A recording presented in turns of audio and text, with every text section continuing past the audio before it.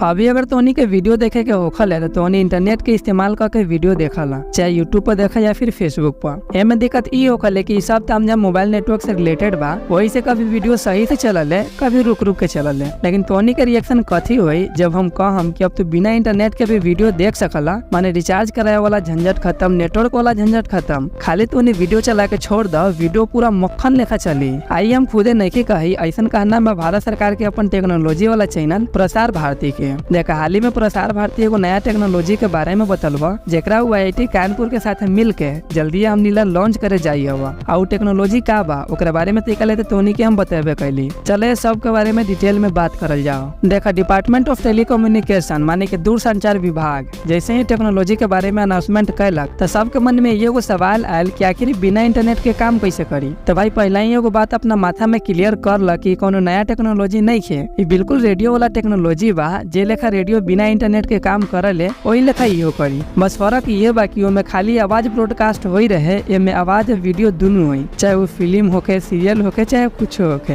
अब एलंग सबसे बड़का सवाल ई बा कि भाई साहब टेक्नोलॉजी के आयला के बाद जियो एयरटेल के का होई, माने टेलीकॉम कंपनीज के दुकान तो बंद हो जाई ना? ऐसा बिल्कुल नहीं है। देखा सरकार टेक्नोलॉजी में जेकर नाम D2M माने कि डायरेक्ट टू मोबाइल बा, एमे ही कंपनी से अपन पार्टनर बनौले बा। काहे कि D2M ला भारी मात्रा में टावर के जरूरत पड़ी, जो सेट से लगावे ला हुमचा के खर्चा करे के पड़ी। लेकिन एक मिनट, अभी तो हम कहली है कि D2M में नेटवर्क इंटरनेट से मतलब नहीं है, तो फिर ये टावर का है? इस सवाल तो उन्हीं के दिमाग में अवई हुई। तो भैया के समझेला फेर से रेडियो वाला एग्जाम्पल पर आवा। जे लेखा रेडियो में रिसीवर लागल रहा है जो डेटा कैच करके साउंड के रूप में हमने के सुनवावा ले, वही लेखा ई टावर से रिसीवर के काम करी। पता हुआ अभी तो हालत ई बा कि लोग सब महीना में 400 से 500 के रिचार्ज करावले, मतलब उनका डेटा कितना मिलल है 2 से 3 GB। अब लोग 5G अनलिमिटेड के बात ना करिए, काहे कि परमानेंट नहीं है, खाली तो के अभी आदत लगावल जाइए अपन मुनाफा ला। तो भाई दिक्कत ई हुई रहे कि वो 2 GB डेटा में लोग सब बढ़िया से कोनो फिल्म डेंजर क्वालिटी में ना देख पाई रहे, जबकि उतने पैसा में टीवी पर लोग सब 24/7 हाई क्वालिटी वीडियो देख पाई रहे।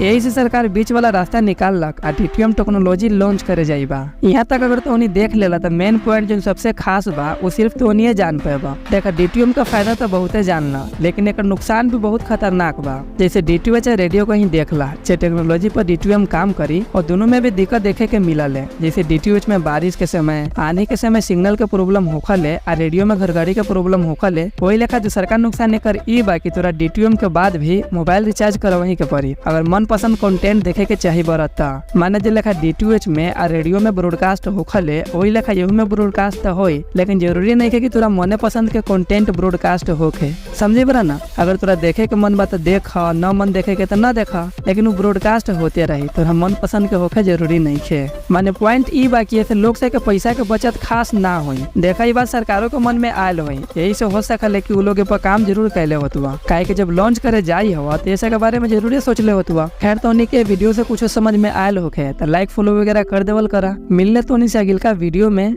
जय बिहार।